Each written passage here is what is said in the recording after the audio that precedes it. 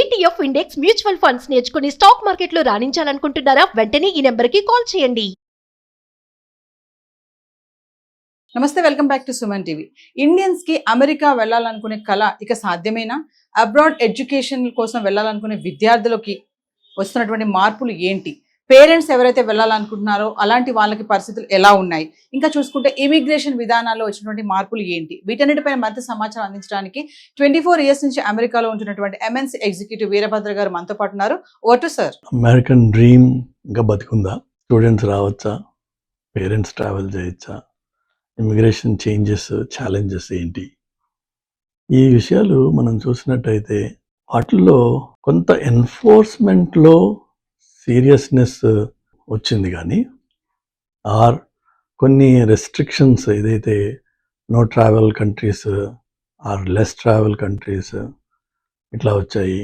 అలానే అమెరికాలో ఉంటూ బయటికి వెళ్ళాలంటే ఇంతకుముందు ఎన్నడూ లేనట్టుగా ఇప్పుడు గ్రీన్ కార్డ్ హోల్డర్స్కి ప్రయర్ అప్రూవల్ తీసుకుని వెళ్ళాలి, even if it is a short trip అని చెప్పి ఒక కొత్త రెస్ట్రిక్షన్ ఇంట్రొడ్యూస్ చేస్తున్నారు. సిటిజన్స్ మీద ఏమీ ఆంక్షలు లేవు, కానీ సిటిజన్స్ని కూడా, అంటే విచ్ మీన్స్ న్యాచురలైజ్డ్ సిటిజన్స్ని కూడా, even born and brought up here వాళ్ళని కూడా ఆపి ఇబ్బందులు పెట్టి ఈవెన్చువల్గా వాళ్ళని కంట్రీలోకి వదిలిన విషయాలు ఉన్నాయి. సో ఓవరాల్గా ఇమిగ్రేషన్ సినారియో బాగాలేదు. అది మీరు ఆన్లైన్లో వీడియోలు చూసినా, ఐస్ రైట్స్ చూసినా, ప్రొటెస్టులు చూసినా, డిపోర్టేషన్స్ చూసినా, కోర్టు కేసులు చూసినా మీకు ఈ విషయాలు కనిపిస్తాయి.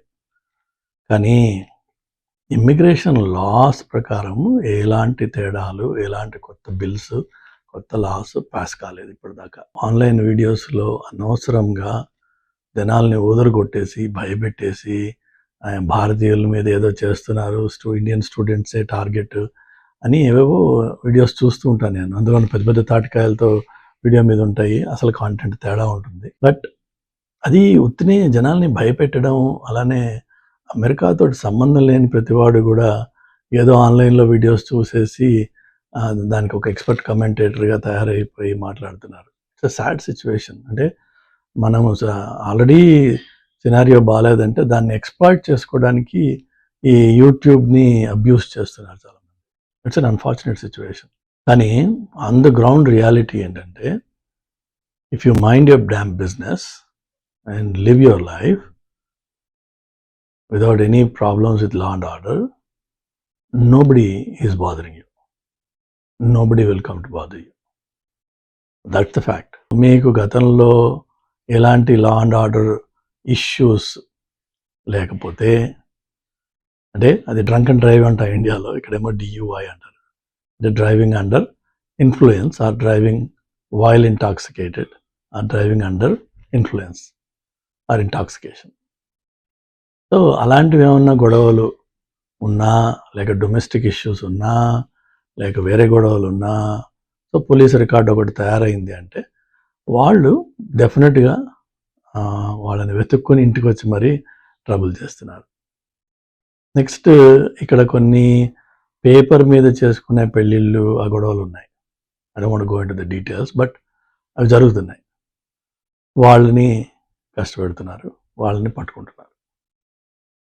అంతే తప్ప చక్కగా వచ్చి స్టూడెంట్గా మాత్రమే ఉండి చదువుకునే పిల్లలు, లేకపోతే H1లు L1ల మీద వచ్చి జాబ్ చేసుకునే వాళ్ళు, వాళ్ళ ఫ్యామిలీస్, అలానే ఇక్కడ naturalised citizens, green card holders, ఎవరు కూడా ఇక్కడ we don't feel anything different. అన్నీ నార్మల్గానే ఉన్నాయి. మనకు కావాల్సింది ఏంటంటే ట్రబుల్ ఉన్న చోట మనం వెళ్ళకూడదు.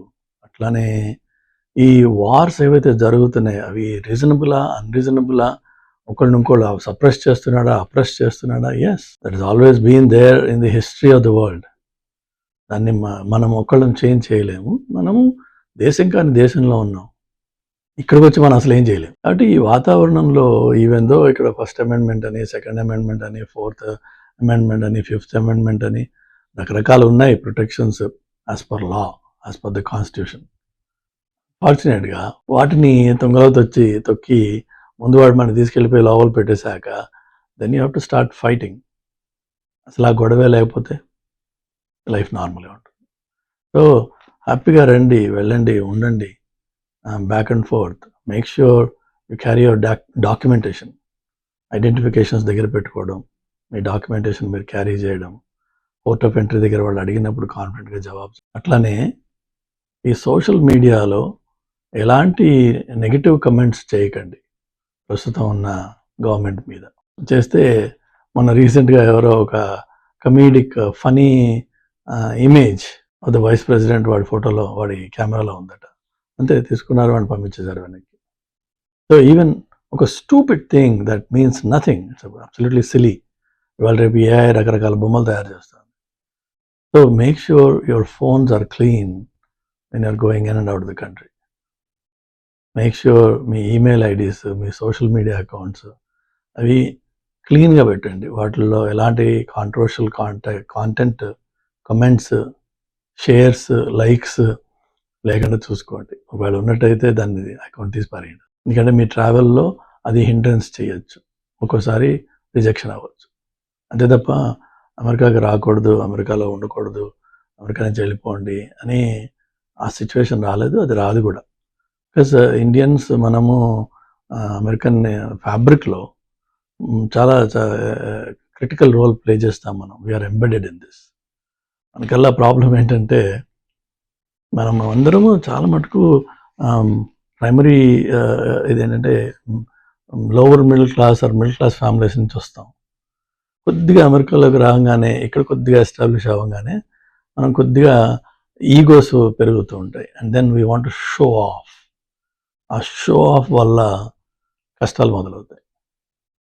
ఈ మన ఇండియన్ టెంపుల్స్ అని, ఇండియన్ ఫెస్టివల్స్ అని వేలల్లో వెళ్ళడం, అక్కడ వెళ్ళి దాండియాలు ఆడడం, లైక్ దసరా టైంలో, లేకపోతే న్యూ ఇయర్ టైంలో, లేకపోతే దీపావళి టైంలో మనం చేసే కమ్యూనిటీ బేస్డ్ యాక్టివిటీస్ ఏవైతే ఉన్నాయో అందులోనూ మనం కొంచెం పాంప్ చూపించుకుంటాం. అది అన్నెసరీగా అట్రాక్ట్ చేస్తుంది అటెన్షన్ని. దానివల్ల ఇబ్బంది కలిగే అవకాశం ఉంది. ఆ కొంచెం యాక్టివిటీ తగ్గించుకున్నట్టయితే ఎలాంటి ఇబ్బందులు ఉండవు.